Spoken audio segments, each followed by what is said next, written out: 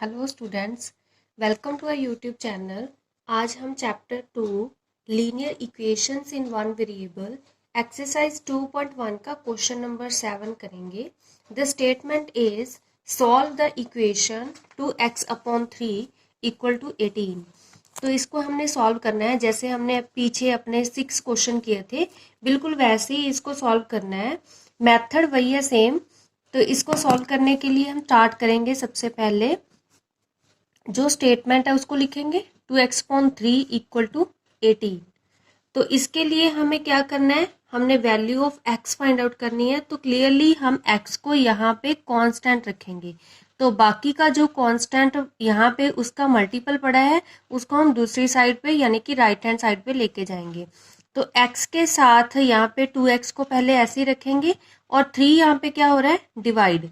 तो मैंने बताया था जो भी टर्म एक साइड पे अगर डिवाइड हो रही है, अगर हम उसको दूसरी साइड पे लेके जाएंगे तो वो क्या हो जाएगी, मल्टीप्लाई। तो 18 इंटू 3 मतलब 3 यहाँ पे क्या हो गया, मल्टीप्लाई। तो ये कितना हो गया, 2x इक्वल्स टू 18 इंटू 3 कितना हो गया, 54। अब आगे हमने क्या करना है, x को हमने यहाँ पे ओनली सिंगल रखना है क्योंकि हमने x की वैल्यू फाइंड आउट करनी है कि जो फिर x का मल्टीपल पे पड़ा हुआ है 2x। तो 2 को हम क्या करेंगे, यहाँ पे लेके जाएंगे। अगर यहाँ पे 2x के साथ मल्टीप्लाई हो रहा है तो दूसरी साइड पे क्या हो जाएगा, डिवाइड। तो ये हो गया 54/2। तो इसके साथ इसकी कटिंग करेंगे। 2 1 ज़ा 2, तो ऊपर कितना आएगा, 2 2 ज़ा 4 एंड 2 7 ज़ा 14। तो यहाँ पे हमारी x की जो वैल्यू है वो कितनी आ रही है, 27। नेक्स्ट है हमारा क्वेश्चन नंबर 8। इसमें भी हमने इक्वेशन को सॉल्व करना है। The statement is solve the equation 1.6 equal to y/1.5। इस क्वेश्चन में हमारा जो वेरिएबल है वो y है क्योंकि हमने y की वैल्यू फाइंड आउट करनी है। तो हम स्टार्ट करेंगे 1.6 इक्वल टू y/1.5। तो यहाँ पे हमारा वेरिएबल जो है वो राइट हैंड साइड पे है। तो हम क्या करेंगे, राइट हैंड साइड पे y के साथ जो भी हमारी टर्म पड़ी हुई है बाकी की, उसको हम लेफ्ट साइड पे लेके आएंगे। तो क्या टर्म है हमारी, 1/1.5 है जो अपॉन में पड़ी है, मतलब डिविजिबल में है। तो दूसरी साइड पे क्या हो जाएगी, मल्टीप्लाई। तो ये हो गया 1.6 इंटू 1.5 इक्वल टू y। 1.6 को 1.5 से हम मल्टीप्लाई करेंगे तो ये कितना हो गया, 2.40 इक्वल टू y। तो यहाँ पे हम इसको ऐसे भी लिख सकते हैं, y इक्वल्स टू 2.40। तो ये आपका आंसर है, ये आपकी y की वैल्यू है। Next statement is question number 9।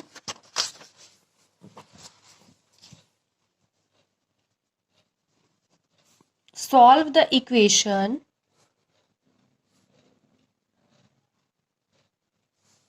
7x - 9 equal to 16।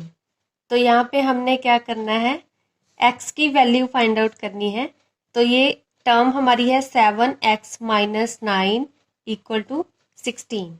तो x को हम लेफ्ट साइड पे रखेंगे क्योंकि वेरिएबल जो है हमारा x है, तो उसको हम इधर ही रखेंगे। तो 9 जो है यहाँ पे क्या हो रहा है, माइनस। तो दूसरी साइड पे क्या हो जाएगा, प्लस। साइन चेंज कर देंगे। तो 7x इक्वल टू 16 प्लस 9 कितना हो गया, 25। अब 7 यहाँ पे x के साथ हमारे वेरिएबल के साथ क्या हो रहा है, मल्टीप्लाई। तो दूसरी साइड पे क्या हो जाएगा, डिवाइड। तो हम क्या लिखेंगे, x इक्वल टू 25/7। तो यहाँ पे x की वैल्यू कितनी आ रही है, 7। Next our question number 10। Statement is solve the equation 14y - 8 equal to 13। तो जैसे हमने पीछे क्वेश्चन सॉल्व किया है, क्वेश्चन नंबर 9, बिल्कुल वैसा ही क्वेश्चन है। फ़र्क यही है सिर्फ इसमें, यहाँ पे हमारी जो वैल्यू है वेरिएबल की वो y टर्म्स में गिवन है। तो हम लिखेंगे इसको 14y माइनस 8 इक्वल टू 13। तो यहाँ पे y के साथ जो टर्म माइनस में है वो दूसरी साइड पे क्या हो जाएगी, प्लस में। मतलब क्या हो जाएगा, 13 प्लस 8, 14y इक्वल टू, इन दोनों को प्लस करेंगे तो ये कितनी होगी, 13 plus 8 equal to 21। y equal to 14, यहाँ पे क्या हो रहा है, मल्टीप्लाई, तो दूसरी साइड पे क्या हो जाएगा, डिवाइड। ये दोनों टर्म्स कौन से टेबल पे कटिंग हो रही है, 7 के टेबल पे। 7 2 ज़ा 14 एंड 7 3 ज़ा 21। तो क्लियरली हमारी y की वैल्यू कितनी आ रही है, 3/2। Next question, question number 11। The statement is solve the equation 17 plus 6p equal to 9। यहाँ पे हमारे वेरिएबल किस टर्म में है, इन टर्म्स ऑफ p। तो यहाँ पे हम लिखेंगे 17 plus 6p equal to 9। p वाली हमारे वेरिएबल वाली टर्म को हम इसी साइड पे लिखेंगे, लेफ्ट साइड पे।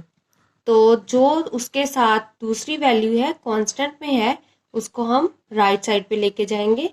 17 अगर यहाँ पे प्लस का है तो दूसरी साइड पे क्या हो गया, माइनस का।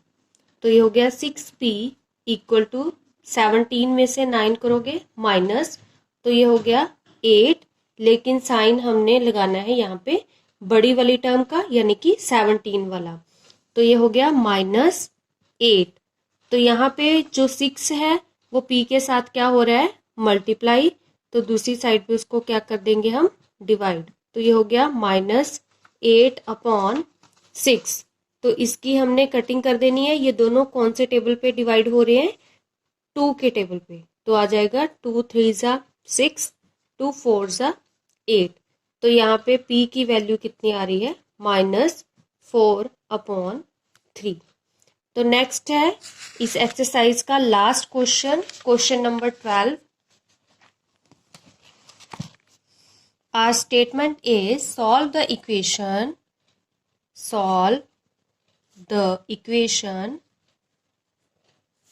x/3 + 1 = 7/15।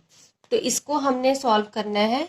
ये वैल्यू हमें जो गिवन है वो फ्रैक्शन में गिवन है, तो यहाँ पे हमें एलसीएम लेना पड़ेगा। बाकी का पीछे के मेथड के अकॉर्डिंग ही ये सॉल्व होना है। तो हम स्टार्ट करेंगे स्टेटमेंट से, x/3 + 1 = 7/15। तो यहाँ पे जो हमारा वेरिएबल है वो है x। तो सबसे पहले यहाँ पे 1 क्या हो रहा है, प्लस हो रहा है, तो उसको हम राइट साइड पे लेके जाएंगे। तो यहाँ पे साइन चेंज हो जाएगा, तो कितना आ जाएगा, -1। तो यहाँ पे 1 के नीचे अगर कुछ टर्म नहीं है तो हम क्या लेंगे, 1।